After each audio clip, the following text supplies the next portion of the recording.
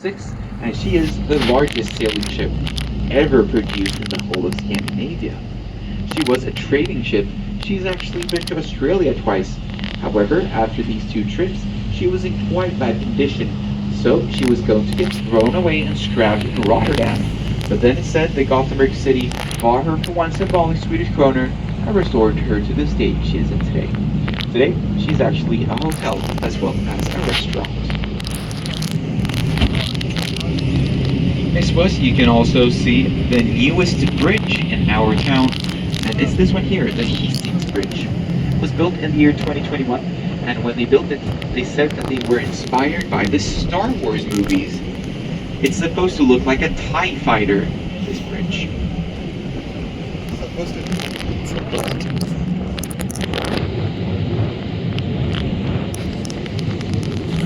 So now if you look at the Gothenburg Opera House, you can see the boat shape a bit better. The great part of the building, it's supposed to look like a ship, with the front of the ship facing this way.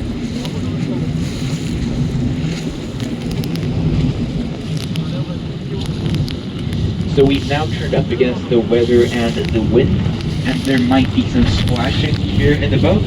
So if you don't want to get wet, you can move even further back in the boat or to the middle part of the boat. But I wouldn't recommend this, and this is because the water in Gothenburg is said to contain many minerals. Minerals that make you look younger. And I started to work here during the 80s, so yeah, it works. During the summer and the springtime here in Gothenburg, you can see many people fishing out here in the harbor and in the canals, and they often get asked the question, what are they trying to catch? And well, the answer isn't quite simple, since the water in Gothenburg, it's brackish, so there's both saltwater fish and freshwater fish. Some of the saltwater fish are cod and Arctic pollock, and some of the freshwater fish are perch and pike. But maybe the most interesting fish you can catch in the harbor of Gothenburg is the salmon. Go-karting was held up until the year 2019, when the go-kart track was forced to close down because of COVID-19.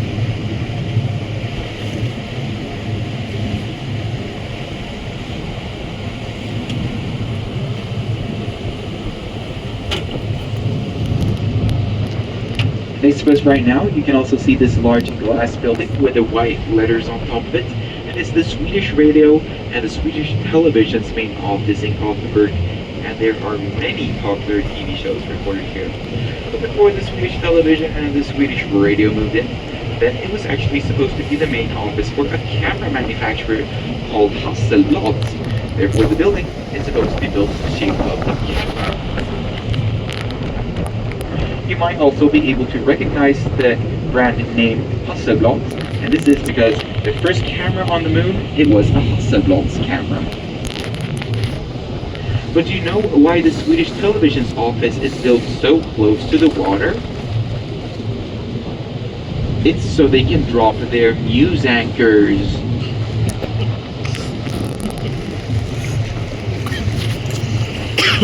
In front of us, you can see these beautiful cranes, and they are part of Gothenburg, one of the 3 shipyards that we have here in Gothenburg. The 2 shipyards, they were called Lindholmen and Eriksberg. However, Lindholmen and Eriksberg, they were forced to close down during the 70s when the world was struck by an oil crisis, which then led to a ship crisis. So it was economically unsustainable to keep these shipyards running. But Gothenburg, they managed to stay active all the way up to the year 2015. The future for Gothenburg is, however, quite uncertain. Some people think that these cranes don't belong in the harbor of Gothenburg. I, however, think quite the contrary. I think they're a great addition to our skyline, as well as they have a big historical importance. So I hope that these cranes, even though they're a bit ugly, get to stay.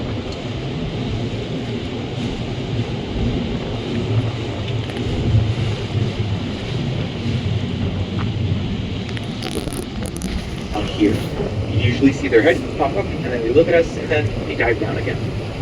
So if you see a seal, tell everybody else so everybody can see it. Soon we're going to be passing a few statues on our right hand side. What do you think they are supposed to symbolize?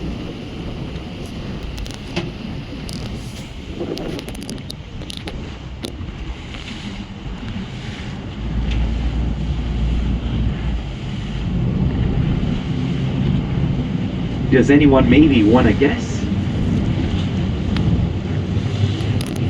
No one? Well, nobody has ever guessed the right answer anyway. These statues, they're actually supposed to symbolize the climate crisis. And they were supposed to be in the central part of our city to begin with. Us Gothenburgers, however, we thought they were too ugly. So they had to be moved out here where nobody could see them.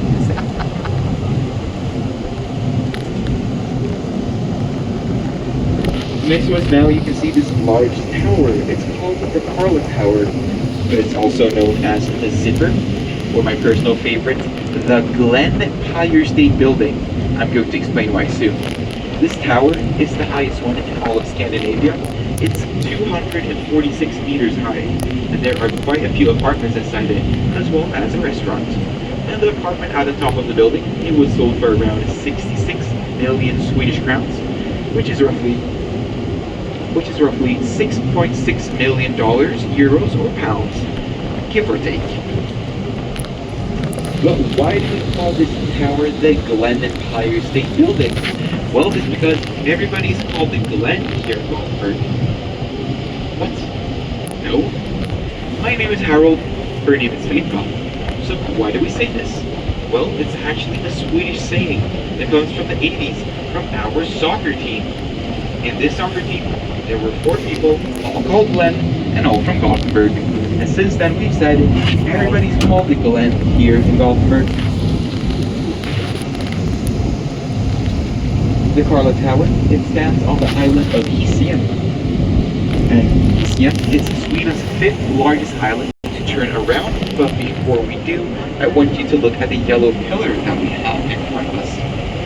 This yellow pillar is actually a monument, and it's called the Woman by the Sea, where the sailor's wife, and it's supposed to symbolize a woman looking out towards the sea, or her husband, a husband that never came home that night. And this is because during the First World War, there was quite a large amount of bombs and mines floating around in our seas, and many of the Swedish fishermen caught these instead of fish, and unfortunately passed this way. Those maps, their names are located at the bottom of the monument. In the distance, you can also see another crane, and this was part of another of the shipyards that we had in Gothenburg, the Eriksberg shipyard. So naturally, the crane is called the Eriksberg crane. And when it was built in the year 1969, it was the largest of its type in the world. It could carry an amazing 140 tons of weight. And it will obviously close down in the closing with the Eriksberg shipyard. But up until a few years ago, you could actually bungee jump off the crane. But that's not possible anymore since it's protected by law. Next to us right now, we have a ferry.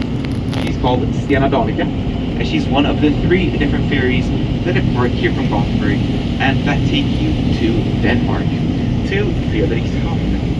And the trip, it takes roughly 3 to 4 hours. But all of the ferries that depart here from Gothenburg are part of the ferry company called Stena Line. And Stena Line, it was founded by a man named Sten Allan Olsson, and he was born out in the archipelago of Gothenburg on a beautiful island called Donsö. And Stena Line, it started actually very, very small, with only one route called Skagen Överdagen, but they have since then expanded. Today, it's the world's largest privately owned ferry company. You can also see a church next to us, and this church, it's the Masshus Church. It's famous for 3 things. It's famous for its large, beautiful cemetery, its amazing views over the Gothenburg harbor, but also because there's a bit of a rumor surrounding it. It's said that there's a bit of dynamite located at the bottom of the church. And this is because when Gothenburg was a lot smaller, the only way you could see Gothenburg from the sea was, well, by this church. So if there was ever a war coming towards Gothenburg, they would blow the church up, and the enemy, they would sail right by instead.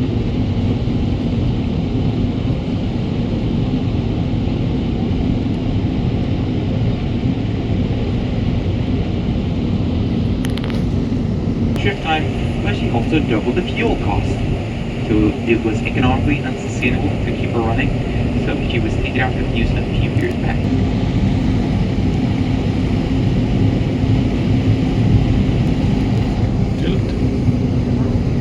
These 2 buildings, they are a bit tilted. tilting towards the middle.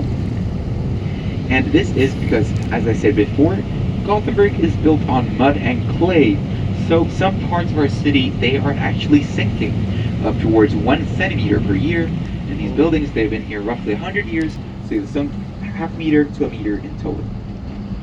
Gothenburg is actually known as the Venice of Sweden, and this is because the entirety of the city is built on wooden poles, and these wooden poles, they were shoved into the ground to make the ground more stable. But as years have gone by, these wooden poles, they have started to deteriorate, and this is the reason why some parts of our city are sinking, because without these wooden poles, the ground isn't stable enough to support these kind of buildings. Personally, I live on the other side of Gothenburg, and my house, it was also very tilted, and the way we fixed this was by lifting the house with a huge crane, and then we rebuilt the foundation. This is something quite common to do in Gothenburg, especially with older houses, since many of them are quite tilted. But these two houses, they are a bit too big to be able to lift with a crane.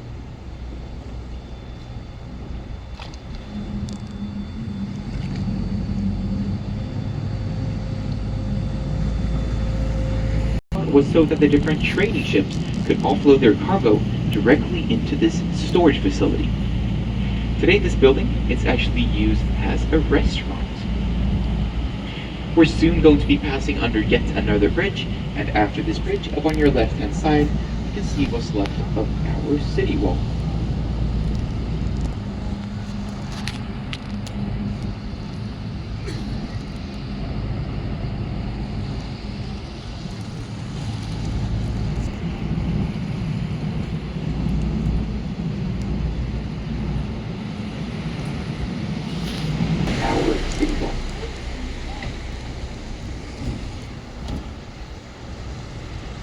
And this city wall was built 7 meters high for a very specific reason.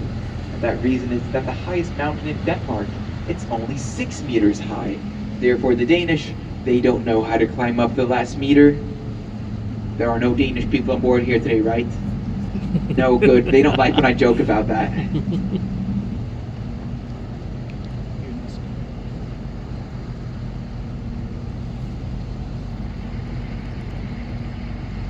In front of us, on our left-hand side, you're going to be able to see maybe the most iconic building in the whole of Gothenburg.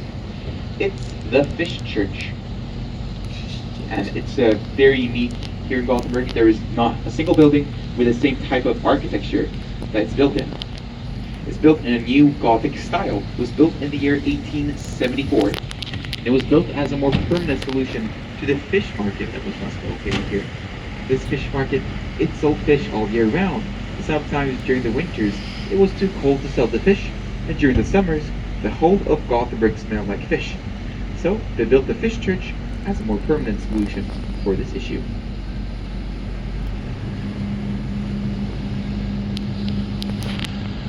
There's also been a few people that have gotten married inside the Fish Church, so I guess you don't have to believe in God, but you have to believe in God. As you might have noticed, I've been pulling quite a few bad jokes here during the tour, and this is because here in Gothenburg, we're famous for something called Göteborgs humor, or just Gothenburg humor. And this is basically like dad jokes, but better. Around us right now, you can see that they're building quite a lot, and this is because they're building an underground train transportation system here in Gothenburg called the Westway. But as you can imagine, building an underground train transportation system under a city made out of clay and mud, it's quite complicated. So they have already gone over the budget as well as over the time limit. They were supposed to be finished in the year 2021, but they're still going strong, and the planning stages, they began during the 90s. So let's hope they're finished sometime in the future at least.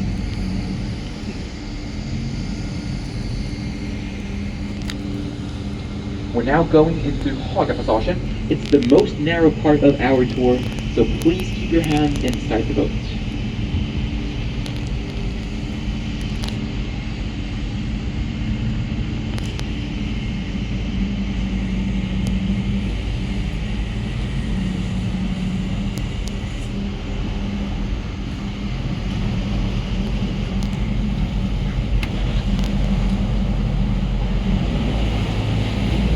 Do you have any questions so far?